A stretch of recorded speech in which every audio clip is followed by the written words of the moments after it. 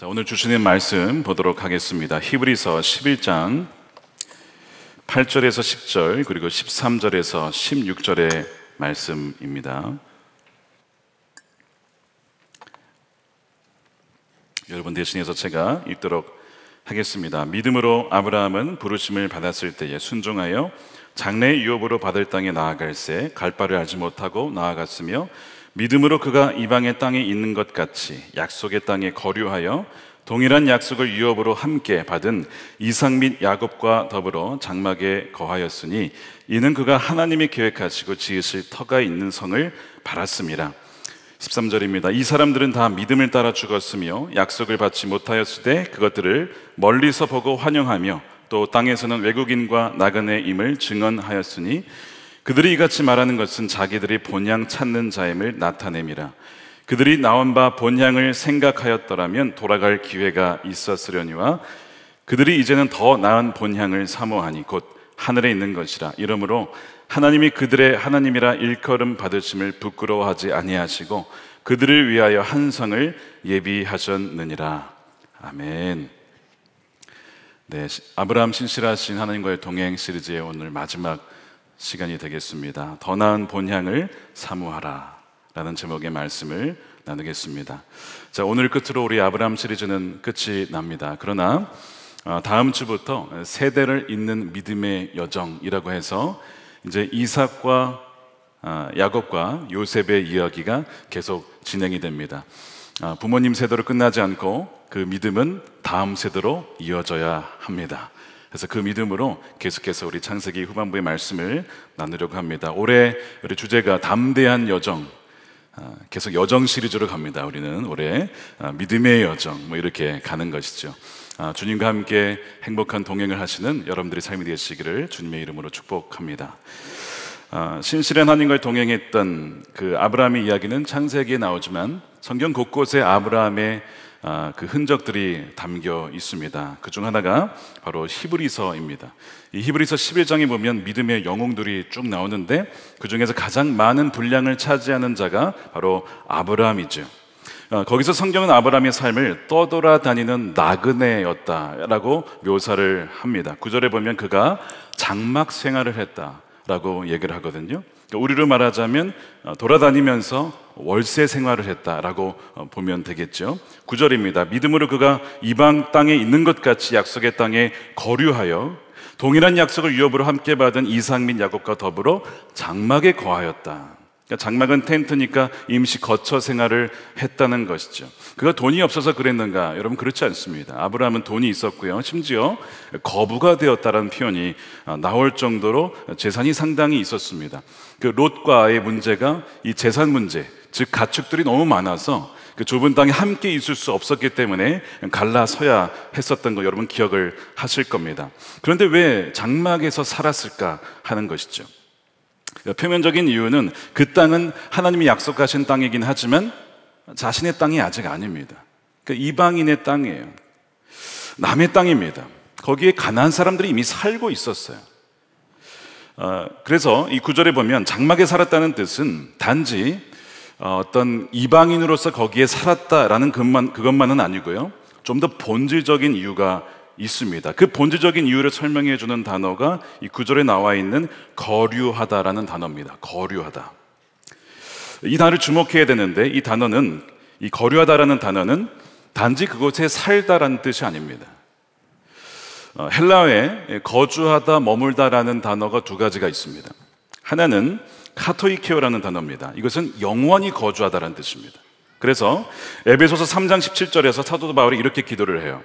믿음으로 말미암아 그리스도께서 너희 마음에 계시게 하시옵고, 이것이 카토이케오로 되어 있는데 이건 무슨 말씀이냐면 하나님께서, 그러니까 그리스도께서 우리 마음 가운데 잠시 머무른 것이 아니라 영원히 머물러 달라, 이런 말씀이죠. 그러니까 오시면 떠나지 마시고 영원히 계시게 해달라는 그런 기도입니다. 이것이 카토이케오예요. 그런데 이 머물다라는 단어가 하나가 더 있습니다. 그것이 뭐냐면 파로이케로라는 단어입니다. 이 파로이케오는 본문에 거류하다라고 번역된 단어예요. 이 말은 두 가지 뜻이 합쳐진 단어입니다. 하나는 이방인, 그리고 머물다, 이 두 가지가 합쳐진 단어예요. 이것이 파로이케오입니다. 다시 말해서 이거를 합쳐보면 이런 뜻이죠. 이방인과 나그네로서 일시적으로 머물다, 일시적으로 거주하다, 이런 뜻입니다. 그런데 일시적이라고 해서 그냥 한 달, 두 달 정도 사는 것이 아니라 그것이 1년이든 5년이든 10년이든 심지어 평생 그 땅에 살 수도 있어요. 그런데 왜 일시적으로 거주하다라는 뜻을 갖고 있을까요? 만약에 영원히 머물다라는 뜻이라면 이 파로이케오가 아니라 바로 그 카토이케오를 썼어야 되는데 여기는 분명히 파로이케오, 일시적으로 산다라는 단어를 썼다는 거예요. 그 이유는 아브라함이 실제로 바랬던 땅은 단지 가나안만이 아니었다는 것이죠. 그는 분명 그것을 원했어요. 그리고 이스라엘, 즉 그의 후손들은 지금도 이스라엘 그 땅에 거주하며 살고 있습니다. 그러나 아브라함은 단지 물리적인 그 가나안 땅만을 바랬던 사람이 아니라는 겁니다. 그는 오늘 10절에 나와 있는데 하나님이 설계하신 무너지지 않는 도시를 바랬던 사람이라고 말씀해요. 자, 10절 말씀이죠. 그는 하나님께서 설계하시고 세우실 튼튼한 기초를 가진 도시를 바랐다는 것입니다. 단지 가나안 땅만 원한 게 아니라 하나님이 세우시고 하나님이 기초를 내리신 영원한 도성을 원했다는 거예요. 그래서 16절에 가면 그것이 더 나은 본향이다. 영어로는 a better country라고 되어 있어요. 더 나은 나라라고 되어 있습니다. 자, 14절 보십시오. 그들이 이같이 말하는 것은 자기들이 본향 찾는 자임을 나타내미라. 16절에 그들이 이제는 더 나은 본향, a better country라고, 더 나은 나라를 사모하니 곧 하늘에 있는 것이라. 그들을 위하여 한성 도시를 하나님이 예비하셨다. 그러니까 이 아브라함의 삶은 더 나은 본향, 더 나은 나라를 항상 사모하는 삶이 이 아브라함의 삶이었다는 거예요. 여기서 이 사모하다라는 원뜻은 갈망하다, 어떤 욕망하다, 어떤 그 열망하다, 탐내다, 이런 뜻입니다. 그러니까 욕망하고 탐내는 것은 여러분 그 자체가 결코 나쁜 게 아닙니다. 욕망하고 탐내는 것이 그 자체로 나쁜 것이 아니라고요. 이 욕망하는 것은 하나님이 우리에게 주신 선한 겁니다. 만약 이 욕망이 잘못된 것이라면 식욕, 잘못된 거죠. 밥 먹으면 안 되는 거예요. 그렇죠? 수면욕, 이것도 잠자면 안 되는 것입니다. 욕망이 잘못됐다라면 뭐 다 문제가 되는 것이죠. 욕망이 문제가 아니라 정말 욕망해야 될 것을 욕망하지 아니하고 욕망하지 말아야 될 것을 욕망하는 것이 문제입니다. 가장 욕망해야 될 것을 욕망하지 아니하고 차선으로 욕망해야 될 것을 가장 욕망하는 것이 문제라고 하는 것이죠. 그래서 이 아브라함의 갈망과 욕망은 더 나은 본향, 더 나은 나라, 영원한 그 도시를 갈망했다는 것, 즉 하나님 나라와 하나님의 도성을 갈망했다는 것, 이것이 아브라함이었다는 것입니다. 히브리서는 바로 이 모습이 믿음의 사람의 모습이다. 그리고 그를 위하여서 하나님은 무너지지 않는 영원한 도성을 예비하셨다라고 말씀을 하고 있는 거예요. 자, 그래서 아브라함은 이 세상에서 살았지만 이 세상에 속한 자가 아니었습니다. 이 땅에 거주하지만 이방인이요 나그네로서 살았던 사람입니다. 소위 가나안의 영주권자로 살았다는 뜻이에요. 여러분, 미국에 영주권 제도가 있습니다. 영주권은요 10년 동안 미국에 살 수 있는 그 비자를 주는 거예요. 그린 카드라고 하는데, 이거를 받게 되면 10년 동안 살고 만기가 되기 전에 다시 연장을 하면 또 10년이 연장이 되고, 이런 식으로 사실상 계속 그 미국에 살 수 있게 해주는 제도가 이 영주, 영원히 거주하다라는 뜻에서 영주권이죠. 근데 여러분, 이 영주권을 받았다고 해서, 그리고 미국에 산다고 해서 그 사람이 시민권자냐? 그건 아니에요. 미국에 영원히 자기가 원하면 살 수 있지만 그렇다고 해서 시민권자가 되는 것은 아닙니다. 얼핏 보면 미국에서 사는 사람과 똑같아요, 영주권자는. 왜냐하면 일할 수 있습니다. 그 다음에 무엇이든 살 수 있습니다. 차도 살 수 있고 집도 살 수 있고 뭐든지 다 할 수 있어요. 게다가 세금도 냅니다. 세금을 내고 나라로부터 세금의 혜택도 받을 수 있습니다. 이게 영주권자예요. 근데 뭐가 없느냐면 투표권이 없습니다. 그러니까 주지사나 뭐 하원이나 뭐 상원, 뭐 대통령 선거 못 합니다. 영주권자는 왜냐하면 남의 나라 사람이에요. 이방인입니다. 그 나라에서는 이방인인 거예요. 이것이 영주권자예요. 그래서 이 영주권자를 영어로 이렇게 씁니다. resident, 거주하는 에일리언은 외계인. 물론 외국인입니다. 근데 누가 정말 이 뉴스 기사에 거주하는 외계인이라고 번역을 한 적이 있어요. 근데 정말 그 외국에 살다 보면 그 외계인 취급받을 때가 종종 있습니다. 물론 많은 어떤 차별이 사라졌지만 여전히 남아있는 그 인종차별 때문에 때로는요 그런 느낌을 받을 때가 참 많이 있어요. 그러니까 어느 백인 지역에 가잖아요. 그럼 아이들이 정말 뚫어져라 쳐다봅니다. 인형 쳐다보듯이 뭐 이런 존재가 있어 이러면서 쳐다봐요. 그런 느낌을 받을 때 참 묘해요. 이 아이는 동양인을 처음 봤구나. 이런 외계인 쳐다보듯이 쳐다보는 거거든요. 여러분, 아브라함이 가나안 땅에 갔을 때 그런 취급 당하지 않았을까요? 외계인이 왔구나. 외국인이 왔구나. 아브라함이 처음으로 히브리인으로 불립니다. 히브리인 무슨 뜻이냐면 강을 건너온 외국인이라는 뜻이에요. 이방인이라는 뜻입니다.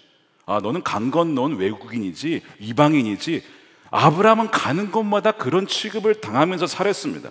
물론 아브라함은 거부였다고 했기 때문에 재산도 있었어요. 많이 가지고 있었습니다. 또한 나중에 해적으로부터 땅을 살 때도 보면 그 사람들이 뭐라고 부르냐면 My Lord, 내 주인이시 이렇게 불러요. 돈이 많으니까. 그렇다고 해서 그 사람들이 그를 받아줬냐? 아닙니다. 그는 여전히 외국인인 거예요.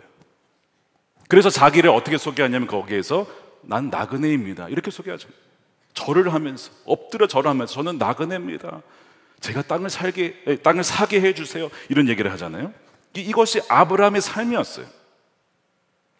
근데 제가 미국에 11년간 살면서 감사하게 배운 것이 뭐냐면 이 그리스도인의 정체성입니다.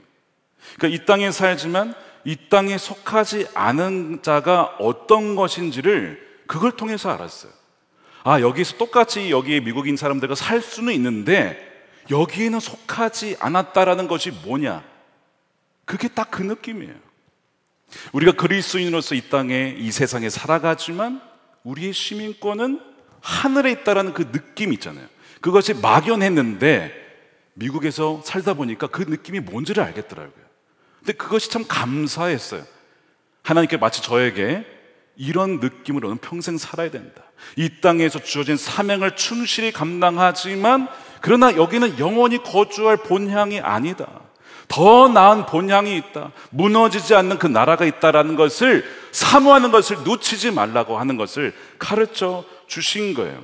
그래서 이 외국인이요 나그네지만 그곳에 거류하는 삶, 이것이 파라이케오, 거류하다의 의미입니다. 그래서 13절에 보면 외국인과 나그네라는 표현이 나오죠. 자, 여기 보세요. 13절 한번 함께 읽어보겠습니다. 시작. 이 사람들은 다 믿음을 따라 죽었으며 약속을 받지 못하였을 때 그것들을 멀리서 보고 환영하며 땅에서는 외국인과 나그네임을 증언하였으니, 이 외국인이며 나그네, 이것이 파로이코이라는 뜻이에요. 즉 resident aliens, 거류하는 외국인이라는 뜻이죠. 그래서 이들에게는 모든 곳이 집인데 어느 곳도 집이 아니었습니다. 이 의미 아시겠어요? 모든 곳이 집이지만 어느 곳도 그들의 집이 아닌 거예요. 이것이 거류하는 외국인, 이것이 그리스도인들의 정체성이라는 것입니다. 그런데 그들은 그 정체성을 부끄러워하지 않고 증언했다라는 거예요. 증언하다는 것은 고백했고 심지어는 선언하다는 뜻이에요. 자신의 정체성, 이렇게 거류하면서 나그네로 살아가는 이 정체성을 부끄러워하지 않고 당당하게 증언했다라는 것입니다. 나 외국인 맞아요. 나 나그네입니다. 이방인입니다. 제 나라는 여기가 아닙니다. 그러면서 무슨 고백하는 거예요? 제 나라는 하늘에 있습니다 라고 고백하는 것이죠. 저 투표권 없습니다. 저 여기서 투표할 권한 없습니다. 그런데 하나님이 왕이셔서 제 삶을 통치하십니다. 그것이면 충분한 것입니다. 그리스도인입니다. 하나님의 백성입니다. 저는 이것이 자랑스럽습니다. 이것이 증언하다의 의미예요. 여러분에게도 이런 당당한 그리스도인으로서의 정체성을 드러내는 여러분들의 믿음이 되시기를 축복합니다.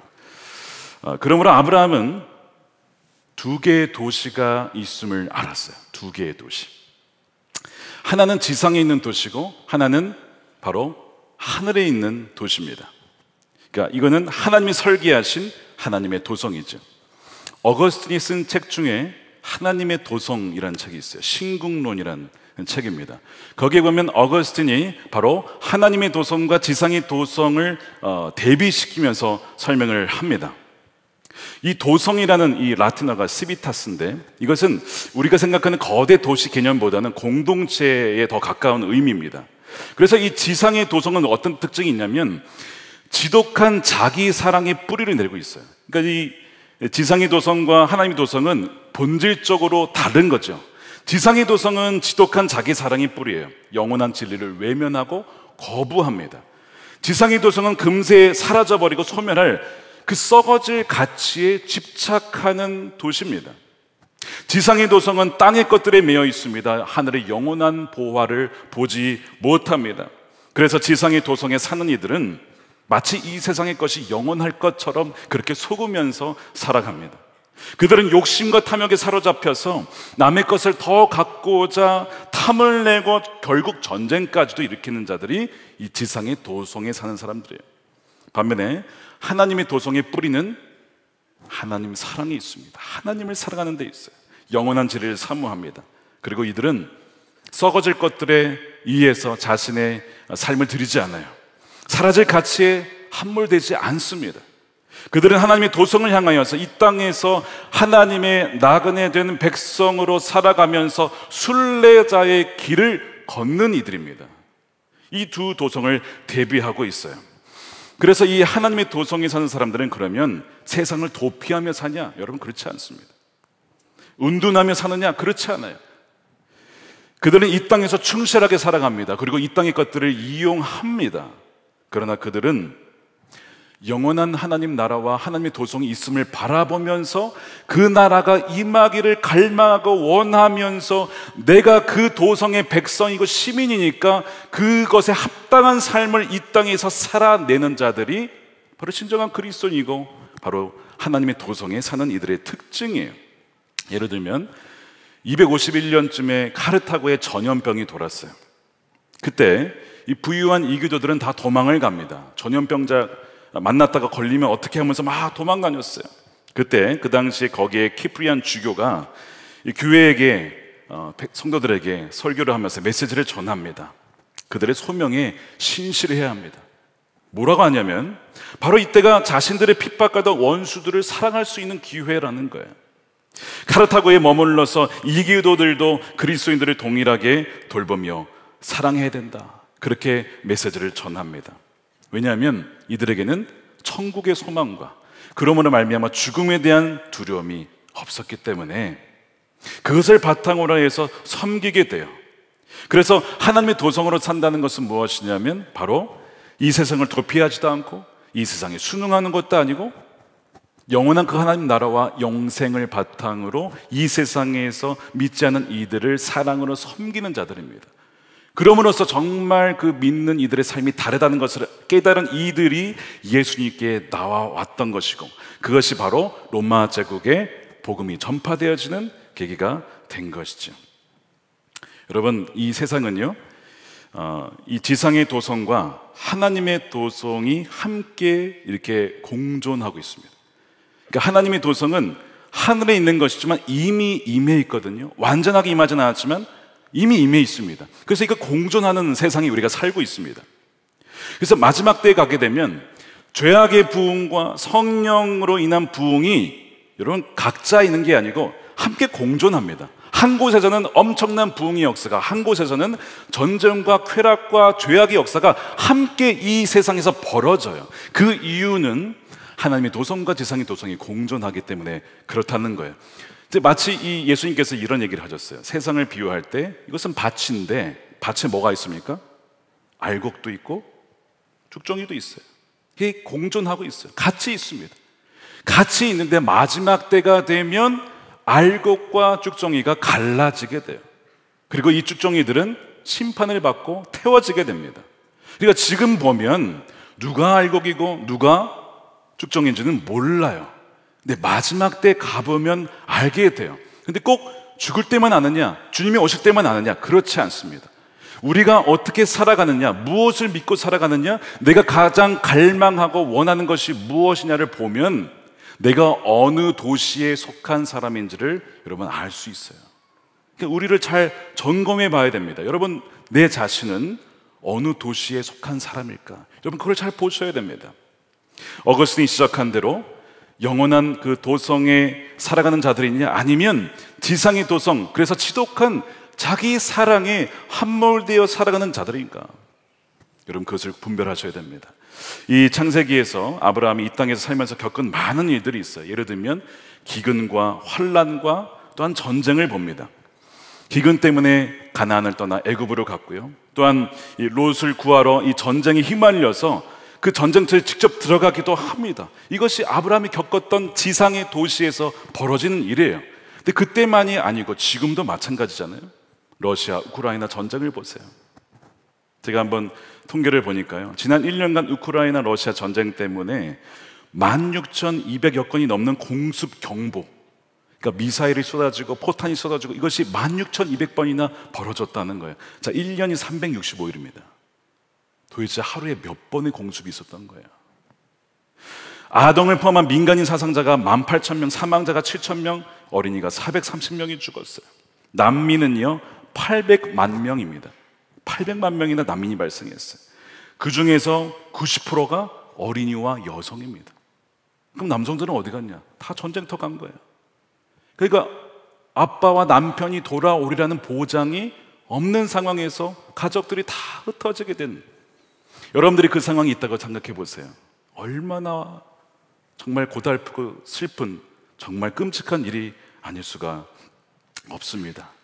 왜 이런 일이 벌어지느냐? 바로 지독한 자기 사랑에 의해서 명예와 권력과 탐욕으로 인하여서 전쟁을 벌인 그것 때문에 이렇게 수많은 이들이 고통을 당하게 되는 거예요. 또 아브라함이 봤던 것이 무엇이죠? 소돔과 고모라의 악행입니다. 소돔과 고모라. 창세기 18장 20절에 보면 소돔과 고모라의 죄에 대해서 하나님이 이렇게 얘기를 하시죠. 여호와께서 이르시되 소돔과 고모라에 대한 부르짖음이 크고 그 죄악이 심히 무거우니 세 번 여기는 그 안에서 사람들이 엄청난 죄를 저지르고 있다. 한번 복습해 볼까요? 소돔과 고모라의 죄가 뭐였습니까? 첫 번째, 가난한 이들을 돕지 않았다는 거예요. 탐욕과 나태의 죄. 두 번째, 교만이었습니다. 교만.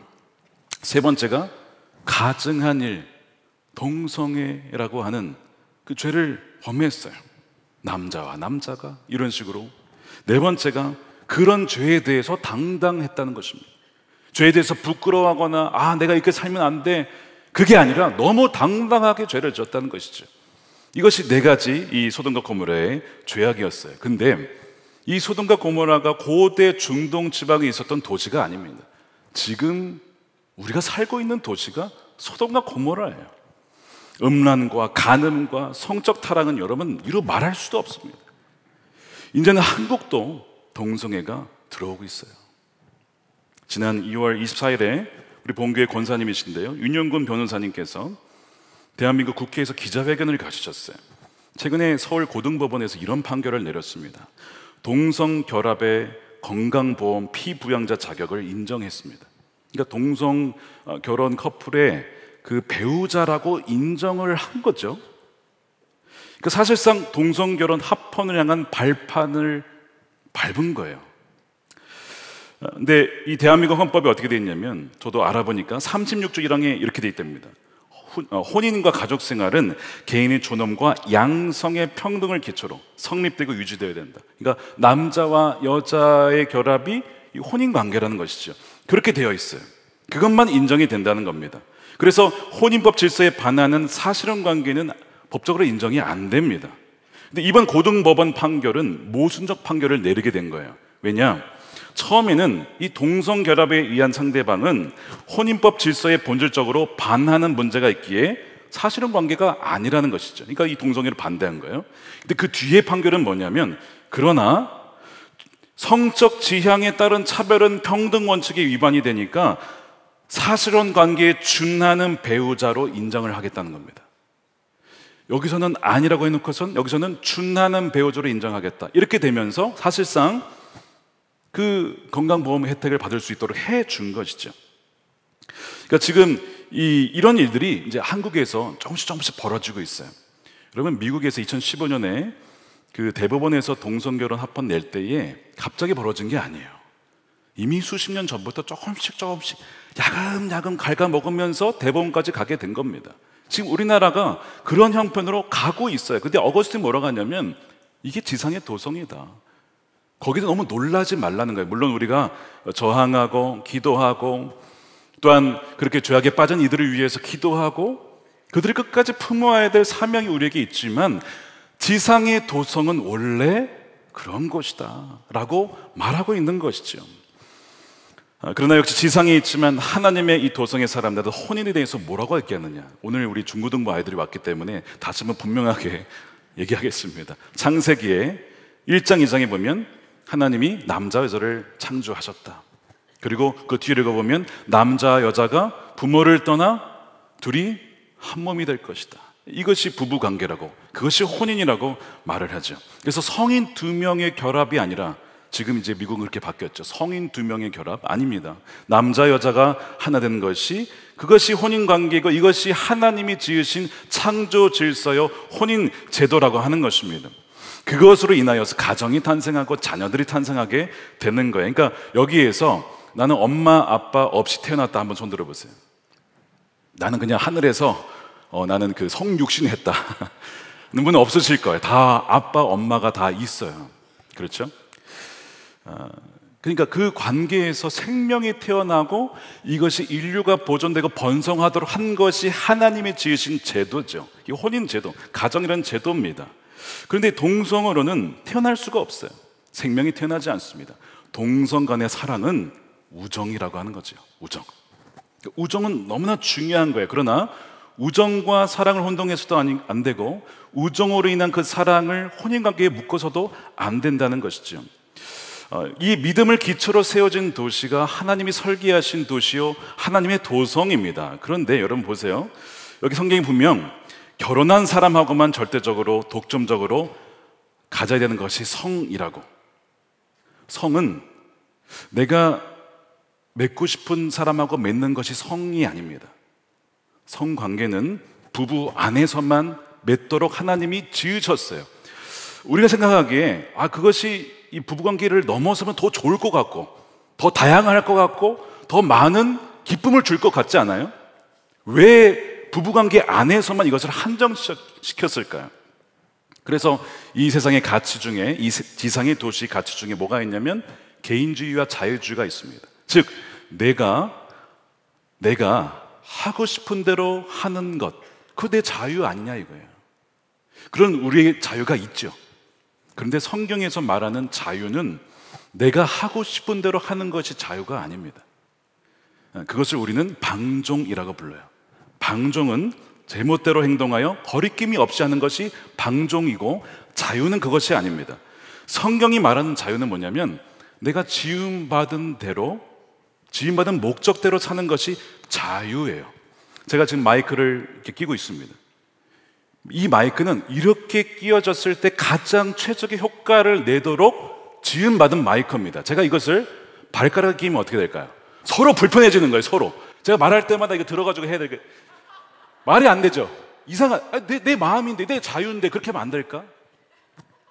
내 자유인데, 내 개인의 자유인데 서로 힘들어지는, 마이크도 힘들고 저도 힘들고.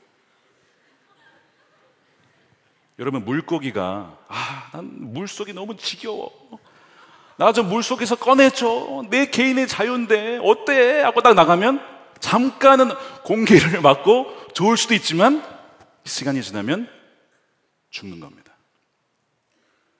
나무가 나는 왜 여기에 박혀 있을까? 나를 좀 뽑아줘, 나도 좀 이렇게 돌아다니고 싶어라고 뽑히면 잠깐은 자유가 있겠죠. 그러나 죽는 겁니다. 이것이 자유예요. 자유는 하나님이 피조물을 지으신 목적과 설계도를 살 때 가장 행복하다는 것입니다. 그것이 자유예요. 내 마음대로 사는 것이 자유가 아니라고요. 결혼 제도를 지을 때 왜 부부 안에서만 그것을 만들었느냐? 그 안에서 가장 행복하도록 하나님이 지으셨어요. 다른 배우자와 다른 남자 여자라 성관계 맺으면 좋을 것 같습니까? 그러면요, 잠깐 좋을 수 있지만 가정이 파괴되고 깨어지고 그것 때문에 아이들과 얼마나 많은 고통을 당하는지 이런 말할 수도 없어요. 얼마 전에 한 어떤 분이 찾아오셨어. 기도를 해달라고 하시는 거예요. 그래서 그냥 딱 봤을 때는 별로 문제가 없을 분 같이 보이는데요. 무슨 일입니까? 남편이 외도를 한다는 거예요. 오랜 시간 외도를 하고 있는데. 여러분, 그로 인해 자녀들이 받는 그 충격과 아픔과 고통, 그 아내를 비롯해서 여러분이 상상이 되십니까?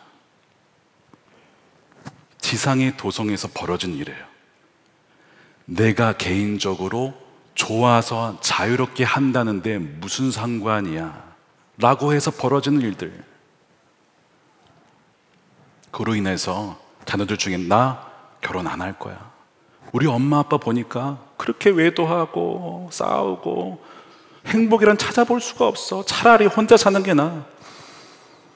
사실 우리가 동성애에 대한 얘기를 하지만 이성이 만나서 결혼했을 때 정말 행복한 삶을 살아나지 못하면요, 그것도 뭐 별거 아니네, 차라리 동성관계가 낫지 않을까, 이렇게 갈 수도 있는 거죠. 그러니까 우리는 하나님이 주신 창조 질서대로 주님과 성령의 능력이 힘입어서 살아내야 될 귀한 사명이 우리에게 있습니다. 여러분, 그것이 있다는 거예요. 초대교회 기록에 보면요, 믿지 않는 사람들이 예수 그리스도 믿는 이들을 이방인으로 얘기했거든요.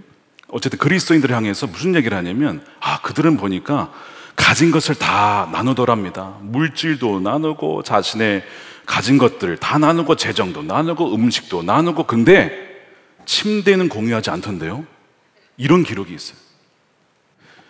그 당시의 문화 중에 그러니까 배우자를 공유하는 문화가 세상에 즐비할 때에 그들은 이상합니다. 침대는 공유 안 하던데요. 이런 기록이 있어요. 오직 자신의 남편과 오직 자신의 아내하고만 살던데요. 독특합니다. 이것이 그리스도인이었다고요. 오직 성을 부부에게만 한정 짓는 것이 이제는 아주 독특한 사회가 되어가고 있어요. 이 세상에는 지독한 자기 사랑에 뿌리를 둔 지상의 도성과 하나님의 도성이 혼재되어 있습니다. 내가 어느 도성에 속해 있는지를 여러분 삶을 통해서 점검해 보셔야 돼요. 음란과 간음과 동성애와 교만과 탐욕과 같은 지상의 이 도성의 라이프에 내가 물들어 있지는 않은가. 그 결말은 행복 같아 보이지만 행복이 아니라 형벌입니다. 자신이 선택한 일이죠. 자신이 갈망하고 원한 대로 선택한 거예요. 그 외도한 남편 행복할 것 같지만 자신이 선택한 결과가 여러분 뭘까요?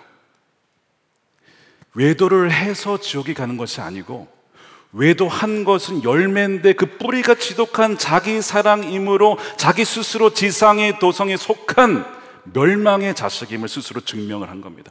회개하지 않으면 죽는 거예요. 회개하라, 천국이 가까이 왔다. 세례요한의 첫 번째 메시지는 예수님의 첫 번째 메시지였어요. 회개하지 않으면 멸망한다는 거예요. 아브라함은요, 지상의 도성에 살면서 지상의 도성에 살지만 하나님의 도성을 바라보면서 살았던 사람입니다.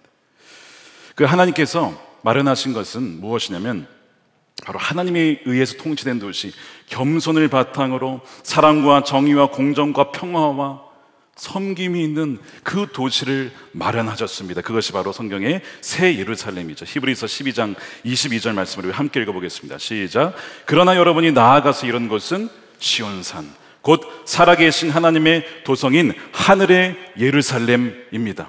자, 이것이 하나님의 도성이에요. 이것이 아브라함이 평생을 죽을 때까지 믿었던 그 도성입니다. 하늘에 있는데 이 도성은요, 이 땅에 내려옵니다. 이것이 성경의 결론이에요. 요한계시록에 보세요. 21장 1절과 2절을 함께 읽어보겠습니다. 시작. 나는 새 하늘과 새 땅을 보았습니다. 나는 또 거룩한 도성 새 예루살렘이 남편을 위하여 단장한 신부와 같이 차리고 하나님께로부터 하늘에서 내려오는 것을 보았습니다. 이 땅의 지상의 도성과 하나님의 도성이 공존해 있어요. 이미 임했지만 완전하지 않은 그 도성이, 완전한 그 도성이 임하게 돼요. 이 땅이 새 땅이 되고 하나님의 도성이 된다는 겁니다. 그럼 새 예루살렘에서는 어떤 일이 있느냐? 함께 읽어볼까요? 7장 16절인데요.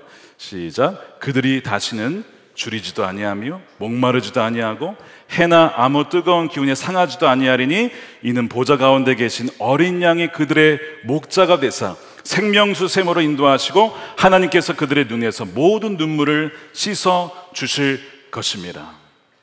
이것이 하나님의 도성이에요. 완전한 그 새 예루살렘이 임한다는 겁니다. 그래서 파로이케오 잠시가 아니라 뭐냐면 카토이케오 영원히 머물게 된다는 거예요. 그래서 여기엔 더 이상 가난과 질병과 죽음과 분쟁과 아픔이 없는, 그래서 모든 사람들의 애환이 눈물이 닦여지는 곳이 바로 새 예루살렘입니다. 이것이 우리가 가진 소망이죠. 소망이에요. 예수 그리스도로 인하여서 시작된 새로운 소망, 완전한 소망입니다. 우리가 그것을 믿고 나아가는 거죠. 아브라함 장막의 삶을 살았어요. 월세의 삶을 살았습니다. 이것저것 떠돌아다니면서 살았습니다. 아비멜렉의 종들이 그의 우물을 빼앗아갔어요. 또 다른 데 가면 또 거기서 그 우물을 빼앗는 거예요. 말도 못해요. 이방인이기 때문에. 그런데 그의 마음의 중심에는 하나님이 살아계시지, 하나님 내 삶을 다스리시지, 하나님이 다 갚아주실 거야, 나는 그 하나님의 도성이 있으니까, 더 나은 본향이 있으니까 그 믿음으로 하루하루 살아갔다는 거예요. 그들은 당당했습니다. 아브라함도 그의 자녀들 다 당당했습니다. 자신들이 나그네 삶임을 당당하게 증언했습니다. 나 나그네 맞아. 근데 나 하나님이 책임져 주시는 백성이고 나에게는 그 영원한 도성이 있어 라고 당당했다는 거예요. 여러분, 뭐가 창피하십니까? 뭐가 그렇게 부끄러우세요? 특별한 직업이 없는 거예요? 월세로 사는 거예요? 무명으로 사는 것? 아무도 알아주지 않는 것? 내세울 만한 직함이 없는 것? 여러분, 이 어떤 것도 결코 창피한 것이 아닙니다. 무엇이 창피하고 부끄러운 것이냐? 더 나은 본향을 보지 못하고 그저 이 땅만 바라보며 사는 것이 부끄러운 것입니다. 하나님을 안다고 하지만 하늘이 아니라 그저 이 땅의 땅값이 얼마나 오르나 쳐다보고 있는 것이 정말 부끄러운 삶이에요. 하나님이 나누고 베풀라고 주셨는데 자기만 먹고 사는 것이 부끄러운 삶입니다. 하나님이 임시 장막과 작은 거처에 사는 것을 부끄러워하지 않으세요. 오히려 그 삶 속에서도 더 나은 본향을 바라보며 사는 이들을 하나님은 자랑스러워 하십니다. 그것이 16절 말씀이에요. 그들이 이제는 더 나은 본향을 사모하니 하늘에 있는 것이라. 이러므로 하나님이 그들의 하나님이라 일컬음 받으심을 부끄러워하지 아니하시고 그들이 위하여 한 성을 예비하였다. 무슨 얘기냐면 나는 그들이 자랑스럽다. 그들이 이 땅에서 장막 생활하고 월세 생활을 하고 무슨 타이틀도 없고 내세울 것도 없어 보이지만 더 나은 본향을 바라보며 그렇게 신실하게 살아가는 자들을 나는 자랑스러워한다. 그들은 내 백성이야, 내 자녀라고 말씀을 하고 있는 거예요. 그들이 비록 이 땅에서는 수치와 모욕을 당할지 몰라요. 이 지상의 도시는 너무 화려하고 거기에 비하면 너무 초라해 보이지만 그러나 하나님은요, 그들과 자신을 함께 묶어서 동일시 여기면서 그들의 수치를 자신의 영광으로 덮어주신다는 것입니다. 영광스러운 한 성을 예비하셨다고 말씀하는 거예요. 하나님 너무나 자랑스러워하는 거예요. 내가 바로 그들의 하나님이야. 마치 이 할아버지 할머니가 손주 손녀 자랑하듯이 얘가 내 손주입니다, 얘가 내 아들이 뭐 이렇게 자랑하듯이 말이죠. 하나님이 그렇게 자랑스러워 한다는 것이죠. 여러분들에게 주님을 향한 더 나은 본향을 향한 이 사모함이 있기를 주님의 이름으로 축복합니다. 미국 켄터키 에즈베리 대학에서 일어난 부흥은 하나님의 전적인 역사입니다. 그 부흥을 위해서 기도한 이들이 참 많은데 그 중 한 명이 누구냐면 닥터 리아우 홍투. 그러니까 리아우가 레스네임입니다. 그래서 홍투 리아우라고 하는데요. 이 리아우 교수님입니다. 이분은 말레이시아 분인데 이 말레이시아에서 14년간 신학교 교수 사역을 하시다가 2015년에 에즈베리 그 신학교에 방문 교수로 오시게 됩니다.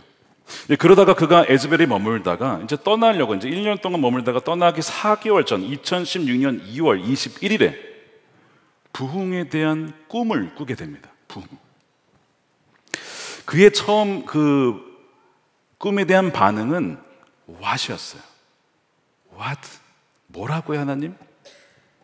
그는 보수적인 신앙 배경에서 자라서 꿈과 환상과 비전 이런 거에 대해서 굉장히 멸시하고 그런 거 해서는 안 된다라고 설교를 했던 분입니다. 그러니까 그런 꿈을 꿨을 때 하나님 말씀하셨을 때 이거 하나님 아닌 거 아니냐 이렇게 의심을 한 것이죠. 그래서 그가 분별을 받기 시작해요. 두 분에게 찾아갑니다. 첫 번째는요, 그 대학의 전도학 교수셨던 로버트 컬먼 교수님한테 찾아가요. 그분에게 자신의 꿈 이야기를 나누면서 분별을 구합니다. 근데 그 로버트 컬먼 교수님이 이런 얘기를 하는 거예요. 하나님께서 당신을 미국과 말레이시아 부흥을 위해 사용하실 수도 있습니다. May use 이란 사용하실 수도 있습니다. 그러니까 이것을 그냥 지나치지 말라고 말씀한 거예요. 역시 반응은 What? 뭐라고요? 자기가 그렇게 신뢰하는 교수님 그런 얘기를 하시니까. 그 두 번째 찾아간 분이 아주 전 세계적으로 유명한 저명한 신약학자죠. 우리나라에도 책이 많이 번역이 됐어요.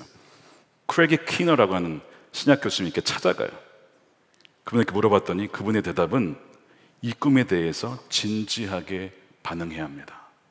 이렇게 얘기를 하는 거예요. 그러니까 이분이 두 번의 검증을 받은 이후에 이 리아이 교수님이 이 꿈이 실현되기를 그때부터 이제 매일 기도를 하기 시작합니다.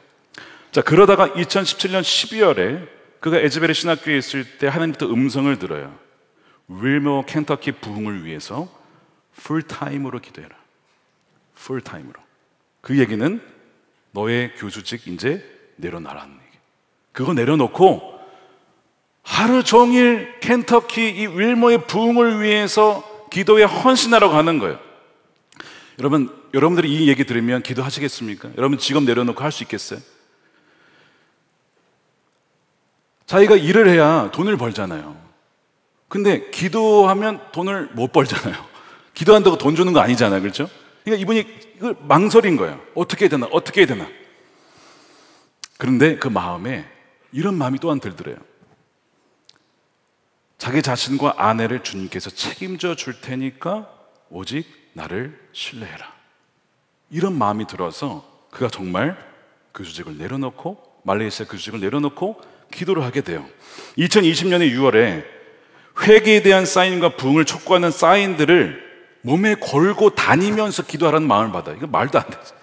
우스꽝스럽잖아요. 굉장히 바보 같잖아요. 몸에 앞뒤로 사인 걸고 돌아다니면서 부흥을 위해서 뭐 회개하십시오. 약간 뭐 세례 요한처럼 그런 마음을 받아서 그가 순종해요. 자, 그래서 어떤 사인들을 달고 하느냐? 첫 번째 한번 사진 보여주세요. Holy Spirit, you are welcome. 성령님, 여기에 환영합니다. 오십시오. Third Great Awakening. 세 번째 대각성은 여기에 있습니다. Repent, believe in Jesus, for the kingdom of God is near. 회개하십시오. 예수님을 믿으십시오. 왜냐하면 하나님의 나라가 가까이 왔습니다. 여러분 하면서 이 편말을 메고 다니고 기도하고 선포를 하는 거예요. 자, 그 다음 사진 보시면 자, 이 모습으로 돌아다니는 거예요. 여러분 얼마나 어떻게 보이세요? 여러분 보시기에 저 사람 한편으로는 참 신실하다 볼 수도 있지만 한편으로는 이분은 좀 이상한데 이렇게 볼 수 있지 않겠습니까? 2년의 기간 동안 기도하면서 하루에 한 끼를 금식하면서 기도했다고 해요. 부흥이 왔을까요? 안 왔어요. 실망스럽고 좌절스럽고 내가 지금 뭐 하는 건지 이런 생각이 들 때도 있었고 그냥 기도하는 척 할 때도 있었습니다. 그런데 정말 자기가 그 시간을 지날 수 있었던 것은 자신을 위해서 기도해 준 자들이 있었다는 거예요. 그래서 그 시간들을 이겨내고 계속 기도의 자리에 있었다는 겁니다. 사람들이요, 이 사람을 샌드위치맨이라고 부르기도 했어요. 앞뒤로 있으니까 샌드위치맨이라 이거죠. 표가 앞뒤로 있으니까 샌드위치맨 지나간다 막 이러면서 그렇게 갔던 시간들이 2020년, 2021년. 근데 2022년 5월에 하나님이 그 다음 메시지를 주셨어요.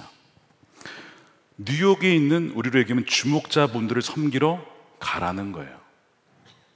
뭐 가는 거 어렵지 않은데 왜 가라고 하느냐? 이겁니다. 너가 지금 그 윌머 켄터키에 있는 동안에 내가 부흥을 주지 않을 거야. 부흥을 주지 않겠대요. 너가 윌머에 있으면 나는 부흥을 주지 않을 거야. 이상하지 않아요? 지난 몇 년간 기도했는데 왜 내가 거기 있으면 부흥을 주지 않을까요? 이유가 이거였습니다. 너가 거기에 있으면 이 부흥이 나 때문에 왔다라고, 자신 때문에 왔다라고, 내가 받아야 될 모든 영광을 너가 가로챌 거야. 그러니까 너는 뉴욕으로 가야 돼. 그 음성을 들었을 때 그가 어떤 마음을 가졌는지 아세요? 억울한 마음? 아닙니다. 그 뭐라고 하냐면, 하나님은 제게 선하신 분이십니다. 제 마음의 중심에 무엇이 있는 줄을 아시고 저를 미리 뉴욕으로 보내게 하셔서 제가 하나님의 영광을 가로채는 범죄를 하지 않도록 미리 피할 길을 내어 주신 하나님은 제게 선하신 분이십니다. 이런 고백을 해요. 그래서 그가 가요. 뉴욕으로 갑니다. 8개월 뒤가 올해 2월 8일이에요. 바로 그때 부흥이 임한 거예요. 그는 뉴욕에서 그 소식을 들은 거예요. 하나님 말씀대로 이루어진 것이죠. 그러면서 그가 페이스북에 이렇게 고백을 했어요. 삼위일체 하나님, 성부 하나님, 성자 하나님, 성령 하나님께 오직 영광을 드립니다. 아멘, 아멘, 아멘. 부흥이 일어난 다음에 CNN, 팍스뉴스에서 그를 인터뷰하러 왔어요. 제발 인터뷰해 주세요. 인터뷰 안 했습니다. 왜냐하면 이 부흥은 하나님이 가져오신 것이고 하나님만이 오직 영광을 받으셔야 하기 때문에 인터뷰를 하지 않았다는 거예요. 이 부흥이 시작이 되었던 설교의 설교자 잭 미어크립스, 사실은 대단한 설교를 한 적이 없다는 거예요. 그래서 그냥 속히 예배당을 빠져나오는데 부흥이 일어났어요. 그 뒤로 이제 몇 차례 설교를 했는데 그가 전한 메시지는 이거였습니다. Radical humility, 지극히 낮은 급진적인 겸손. 우리가 구해야 될 것은 지극히 낮은 그 급진적인 겸손, 오직 하나님이 드러나고 하나님만이 영광 받으시는 그것만 우리는 나타내야 합니다 라고 하는 그런 메시지를 한 거죠. 저는 이 닥터 리아우 교수님의 이야기를 들으면서 더 나은 본향을 사모하는 삶이 무엇인가를 보았어요. 완전 하나님 나라가 있고 그 나라가 오고 있고 이미 임했지만 완전히 임하지는 않았지만 그것을 갈망하고 사모하는 삶이 어떠해야 하는지를 보게 되었습니다. 이것이 아브라함의 삶이었어요. 그는 더 나은 본향을 갈망하며 바라며 잠시 장막에 거하고 거처하는 그 수고로움을 감당하고서라도 그 본향을 놓치지 않았던 사람이 아브라함이었다는 거예요. 지상의 도성에 살면서 죽어가는 영혼들이 참 많습니다. 그리고 이 닥터 리아우, 정말 그들이 하나님의 도성으로 나와서 살기를 원하는 마음으로 그렇게 자신의 모든 것들을 내려놓고서라도 그 일을 위하여서 자신을 드렸습니다. 그리고 하나님은 신실하게 그 기도에 응답을 하신 거예요. 여러분, 우리가 매 순간 구해야 할 분은 바로 주님이십니다. 어느 누구도 아니에요. 우리의 기도가 혹시 우리만을 위한, 결국 따라가면 결국엔 그 바닥에는, 가장 밑바닥에는 우리 자신이 있지는 않는가. 우리가 그것을 회개하고 하나님, 정말 하나님만이 영광 받으시는 하나님 삶을 살게 하소서, 주님만 영광 받으소서. 우리 그런 마음을 가지고 더 나은 본향을 사모하는 저와 여러분들의 삶이 되시기를 주님의 이름으로 축원드립니다. 우리 함께 찬양할 텐데요, 이런 찬양입니다. 사실 미국에서는 많이 불리는 찬양이에요. 제가 청소년 집회에도 가봤을 때 항상 빠지지 않고 불렸던 찬양이 이 찬양입니다. 근데 한국에는 제대로 된 번안곡이 없었어요. 제목이 Lord, I need you. 주님, 저는 당신이 필요합니다. 가사가 이렇게 되어 있습니다. 주님, 저는 당신이 필요합니다. 매 순간 주님이 필요합니다. 저의 유일한 보호자, 보호요, 방패는 주님이십니다.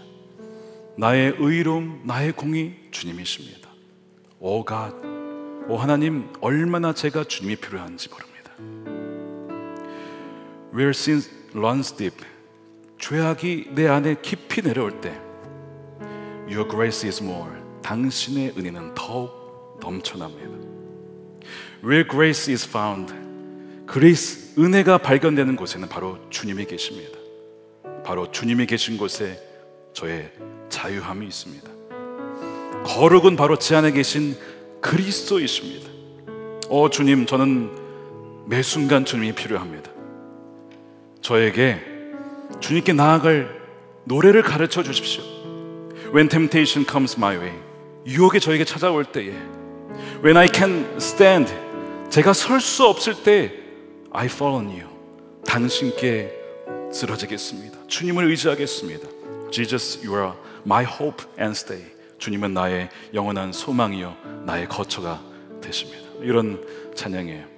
우리가 번안곡이라 이 의미를 다 담을 수 없어서 아쉬움이 있긴 하지만, 그래도 가장 간략하면서도 핵심을 담은 가사를 찾아서 우리가 함께 이 찬양을 할 텐데, 아마 처음 듣는 분들도 계실지도 모르겠지만 우리 찬양팀의 인도에 따라서 한번 함께 찬양했으면 좋겠습니다.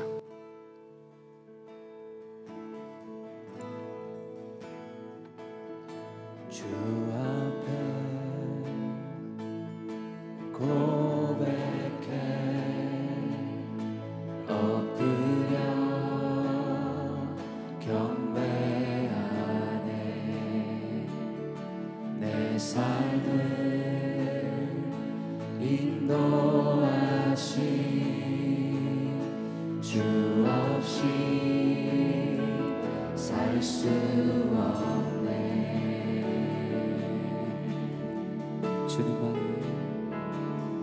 주님만이 필요해요. 모든 순간마다 주 내 방패, 주 내 공의, 오 주 나의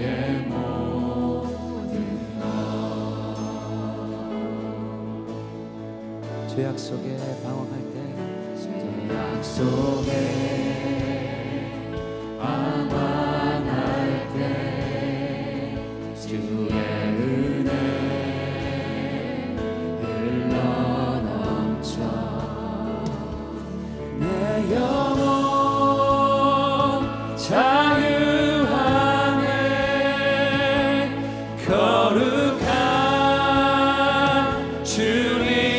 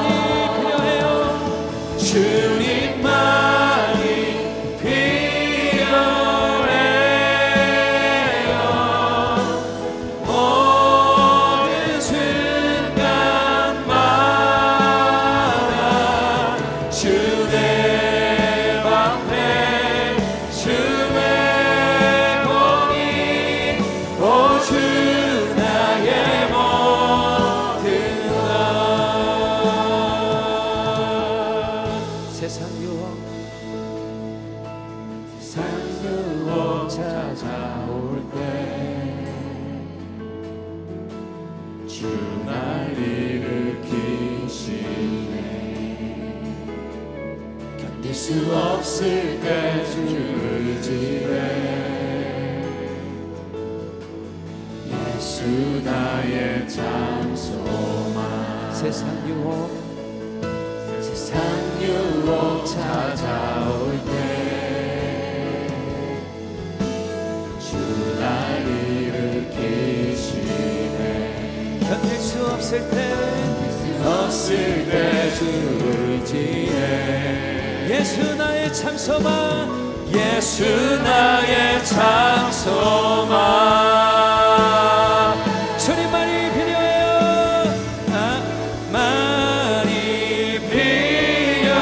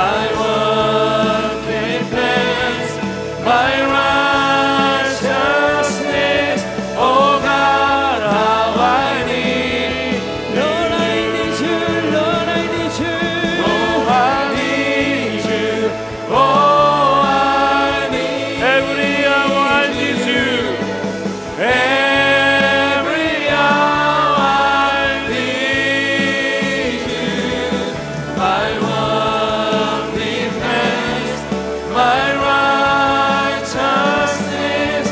Oh God, how I need 주의 방패, 주의 방패, 주의 공의, 오가 나의 몸. 주의 방패, 주의 방패, 주의 공의, 오 주 나의 모든 것.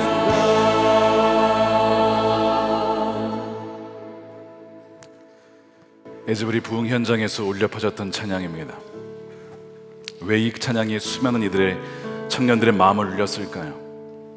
수많은 죄와 유혹 속에 허우적대며 이 지상의 도성에서 살아가지만 그 어느 한 영혼도 절대 포기하지 않는 하나님의 십자가의 완전한 사랑을 그들이 경험했기 때문에 그렇습니다. 유혹이 다가옵니다. 주님, 제 힘으로 도무지 설 수 없습니다. 근데 주님 뭐라고 하시냐면 그때마다 나에게 안기름, 내게 안기름. 사단이 고소하고 모략하고 그렇게 소리칠 때마다 My defense, 나를 보호하시는 분, 나에게는 의로움이 없지만 나의 완전한 공의는 바로 주님이시다. 그 고백으로 수많은 청년들이 주님께 나오게 된 것입니다. 이 시간 우리 첫 번째 기도하겠습니다. 이 땅에서 영원히 살 것처럼 곧 사라질 땅의 것들을 붙잡고 살았던 죄를 회개합니다. 육신의 정욕과 탐욕과 정욕, 모든 죄악들이 이미 십자가에 못 박힌 자의 삶을 살게 하여 주시옵소서. 이미 예수 그리스도 안에 완전한 피조물, 새로운 자가 되었음을 다시 한번 선언합니다. 주님, 그에 합당한 삶을 살아갈 수 있도록 주여 오늘도 우리에게 힘을 더하여 주시옵소서. 우리 주여 한번 외쳐 기도하겠습니다. 주여, 그렇습니다. 하나님, 주여 그렇습니다. 하나님 영광 아버지 바라보며 나가며 이 땅에 썩어질 것들을 바라보며 살았던 것을 이 시간 아버지 회개하오니 하나님 우리를 용서하여 주옵소서. 십자가에 보혈로 우리 모든 죄악들을 사라지게 하시고 아버지 하나님 우리를 아버지 하나님 정결케 하소서. 아버지 하나님 우리를 보게 하지 하신 하나님 아버지 십자가에서 완전한 사랑으로 덮어주시며 감사합니다. 영원한 것을 사모하며 나가는 하나님 귀한 우리 성도들, 우리 다음 세대 우리 청소년들과 우리 청년들이 되게 하여 주시옵소서. 완전한 하나님 그 사랑으로 인하여 하나님 그 사랑으로 이 시간 덮어주시옵소서. 다른 이성의 도성이 아니라 아버지 하나님 그 천성의 하늘의 도성의 백성으로 살아가게 하여 주시옵소서. 하나님 감사합니다. 하나님 이 시간 주의 성령으로 다시 한번 우리를 새롭게 하시는 하나님의 은혜 감사를 드립니다. 포기하지 않는 하나님의 사랑, 버리지 아니하는 그 사랑에 감사함으로 하나님 나아가며 지금 찬양하며 하나님 이 시간에 주의 임재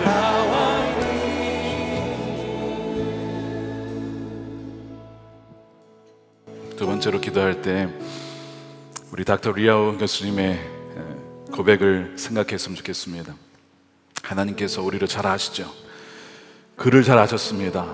신실하게 기도하는 거 너무 감사한 일인데 붕이 일어나면 아, 내가 기도해서 이렇게 됐어, 내가 설교해서 이렇게 됐어, 내가 사람들을 부추겨서 이렇게 된 거야 라고 하는 그 모든 영광을 자기가 가로챌까 봐 내가 널 사랑하니까 뉴욕으로 가라, 붕이 온 다음에 넌 다시 오게 될 거야. 서운해하지 않았어요. 서운해할 법도 하죠. 마치 모세가 가나안 땅에 들어가지 못하고 느보산에 서 있었던 것처럼. 근데 그는 예 주님, 저를 불러가시면 순종하겠습니다. 닥터 리오 교수님, 하나님 내게 선하셨습니다 라는 고백을 했는데 하나님 우리에게 가장 좋은 것을 주시는 분이십니다. 이 시간 그러므로 우리가 회개할 때에 혹시 하나님의 영광을, 하나님께 가야 될 크레딧을 다 내가 가로챈 것은 없는가, 조금이라도 내가 이렇게 해서 된 거야, 내가 무릎 꿇어서 된 거야, 내가 전도해서 된 거야, 내가 설교해서 된 거야, 내가 이렇게 열심히 해서 된 거야 라고 하면서 하나님의 혹시 영광을 가로챈 것은 없는가? 돌아보는데 제가 가장 그 많은 죄를 졌더라도 마치 제가 뭔가 된 것 마냥, 하나님이 하신 일을 마치 제가 열심히 해서 된 것 마냥, 제 안에 뭐 어떤 선함이 있어서 된 것 마냥 그 영광을 가로챈 것이 참 많았다는 것을 하나님이 깨닫게 해주셨어요. 하나님이 사람을 쓰시면 사람은 또한 하나님의 역사를 가장 가로막는 주된 자이기도 합니다. 우리가 이 시간 이거를 회개했으면 좋겠어요. 주님, 우리 안에 하나님의 영광을 가로채고 우리가 높아지려고 하는 그 유혹과 죄악이 있습니다. 그런데 하나님 우리 버리지 아니하시고 내게 선하셔서 미리 그 자리에서 나오게 하신 그 하나님 은혜에 감사합니다. 하나님을 찬양합니다. 오직 하나님 영광 받아 주시옵소서. 우리 한번 주여 한번 외치고 간절하게 회개하며 기도하겠습니다. 주여, 그렇습니다. 주님, 오직 하나님만 영광 받아 주시옵소서. 오직 주님의 모든 것을 다 하셨습니다. 오직 하나님이 이루신 것입니다. 어느 하나도 우리가 한 것이 없습니다.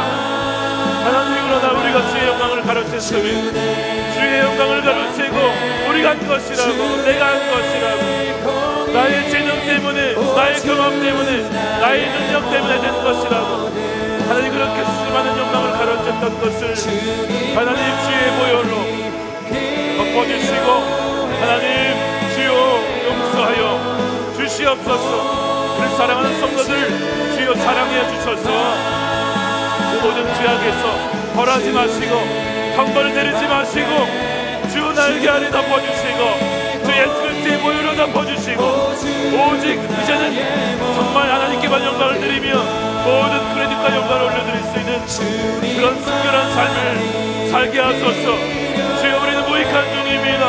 무익한 종입니다. 한 것이 없습니다. 주님이 하셨습니다. 주여, 그렇게 올려드릴 수 있는 복된 삶을 살기를 원합니다. 하나님, 우리 때문에 공에 장애물이 생긴 것입니다. 우리가 공의 가장 큰 장애물이었습니다. 아버지, 우리를 불쌍히 여겨주시옵소서.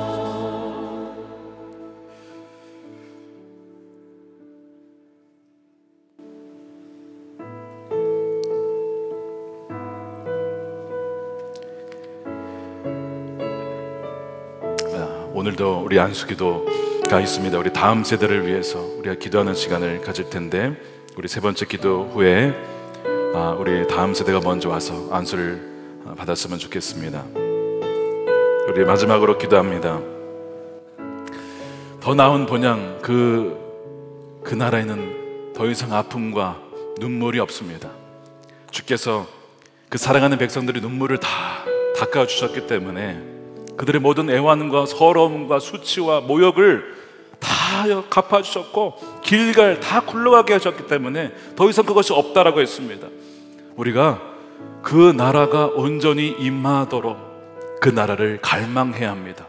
더 나은 본향을 사모하고 우리가 그 나라에 가는 것만이 아니라 그 나라가 분명히 이 땅에 온다고 하였으니 주님, 그 나라가 이 땅 가운데 임하게 하시고 지금 임하게 하시고 우리 모든 성도들의 삶 가운데 임하게 하여 주옵소서. 우리 그것을 갈망했으면 좋겠어요. 하나님의 임재만을 사모하고 주님만을 원합니다. Oh, I need you every hour. 모든 매 순간 주님이 필요합니다. 주님이 아버지 우리의 왕이 되어 주옵소서. 우리의 삶에 충만한 임재로 항상 함께하여 주옵소서. 우리 마지막으로 세 번째 이것을 가지고 우리 전심으로 마음을 다해서 우리 주여만 외치고 기도하겠습니다. 주여, 주님, 그렇습니다. 하나님, 선한 본향을 바라봅니다. 사모합니다. 하나님, 그 나라가 이 땅 가운데 임하게 하소서. 성령님을 사모합니다. Holy Spirit, you are welcome here. 오직 주를 사모합니다. 하나님 하여 주시고 하나님 나라가 아버지 이 땅 가운데 우리 모든 삶 가운데 온전히 임하게 하소서. 아버지 하나님, 더 나은 본향을 사모하오니 오늘의 모든 아픔과 눈물과 애원과 수치와 모욕을 씻어 주시옵소서. 하나님, 그런 시기란 주의 백성들로